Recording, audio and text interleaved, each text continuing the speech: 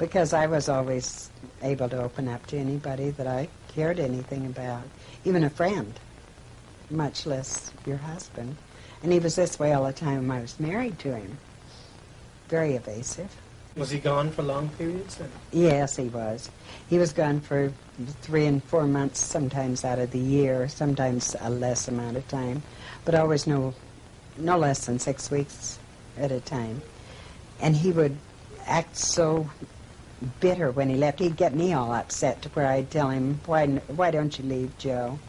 And so he'd act so sad, but he'd leave. And I saw later that he really intended it to be this way.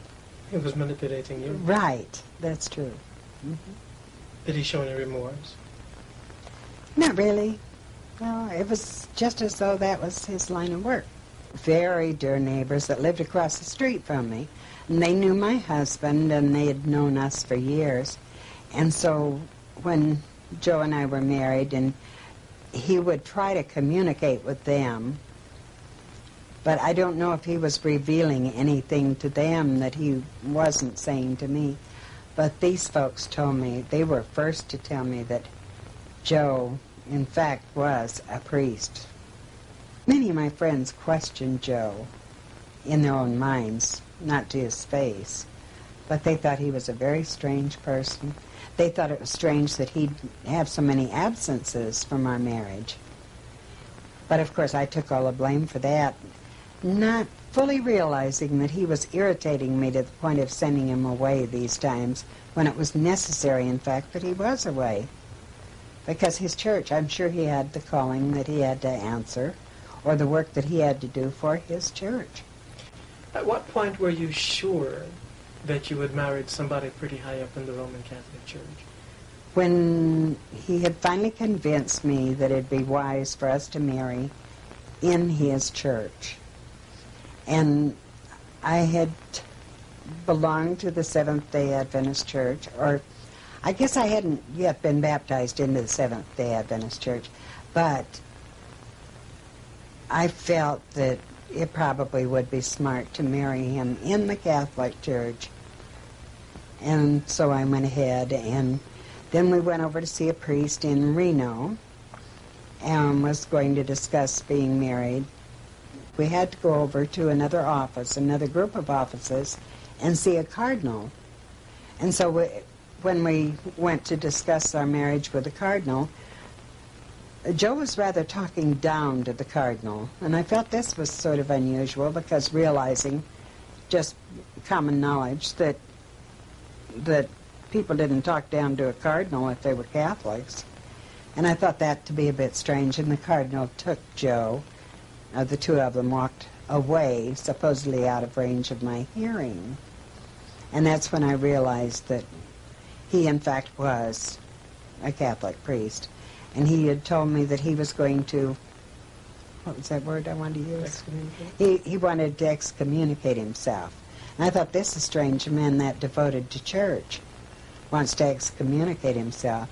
And then when I heard the discussion about the priesthood, I threw up the papers and I said, I've had it. I'm going to quit. This is it. I'm not going to be married. When you heard what discussion about the priesthood? Well, I could hear little bits about your position and this position and that position. It was just very scanty, but I knew that it was, at this time, discussing his priesthood. How long had you been actually married to him at this time? About? Oh, 6 years, I guess. I threw the papers up, yes. What I have here I gathered up. I noticed that even my divorce papers are gone, but I don't know what's happened to those. But you did see the papers, the wedding certificate that I have, and I don't know what happened to the divorce certificate. Did you take any pictures of Joe? Well, there were lots of pictures made, yes. We had many made. And then what happened to them? They were taken. I don't know where they went, but I don't have any pictures left of him at all now. Did he take them? I don't believe so. I don't believe so, but who knows? But you don't have any pictures of Joe today? No, none whatsoever. You'd mentioned that someone had broken into to your house and stolen. Yeah, some of the things were taken from me, stolen from me, yes. Who would want pictures? There must have been something else packed in that box. I'm sure there was. Or, who knows? It's a crazy thing. There were quite a few things missing. Even personal pictures of my children and grandchildren. Now, he made a boast one day about Hitler. What exactly did he say about Hitler? He said Hitler was one of our very good people. Hitler and Mussolini, he said, were good Catholics. And he said also the Mafia. He said we have some good people in our church. When I showed him the book that I had gotten, written by Samuel Bakioki, he said, that's one of our men. And so he said, notice where it was published. And he turned right away to the area in the front of the book where it tells you published in Rome. And he pointed that out very carefully to me. Are you telling me that in the same breath that he mentioned Hitler and Mussolini, that he mentioned Samuel Bakioki? I'm not sure of that. I'm really not sure of that. I don't know that that was at the same time. How did you feel when he said that? Did you think he was kidding you? Yeah. I thought he was jesting a lot of the times. And I would question him about it.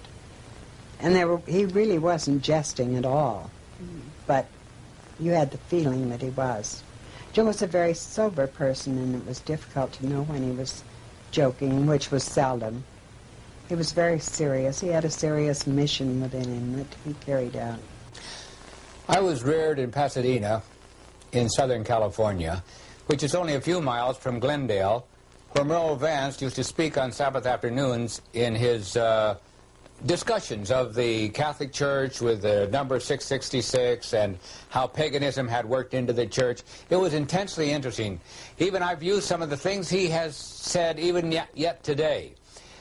But he had these mimeograph sheets that he used to pass out that had the pictures that he had copied from his various publications.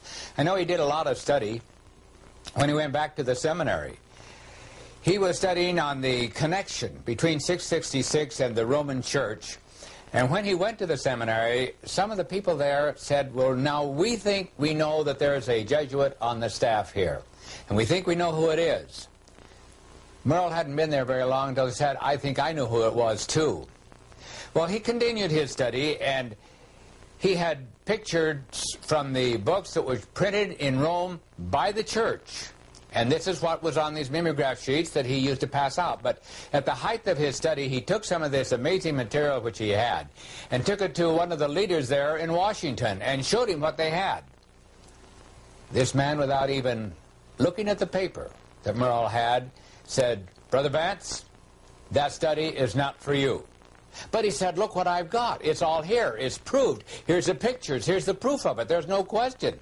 He said, Brother Vance, that material and that subject is not for you. Well, he was pretty downhearted. He went to his major professor, which was a professor of history, and he showed him what he had. This professor said, we want you to write your term paper on that. Well, he said, I'm sorry, but I've already talked with this leader, and he gave his name, and he says that I must not study this any further. So I don't dare write a term paper on it. Well, time went on, and some of his friends said if he didn't change his topic, he wouldn't ever graduate. In fact, the major professor said that. So he did change his topic to something inconsequential. Finally, the time came for Merle's graduation from the seminary, and it just happened that this leader had been called to Europe for a year, and it was during that year that Merle was graduated. So he had his papers.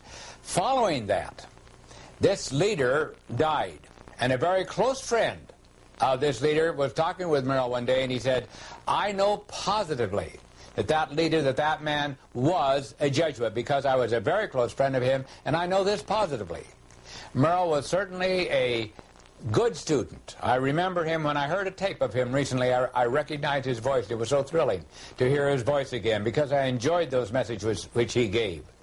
He was a good student, a fine man, a real scholar. Certainly he was a credit to this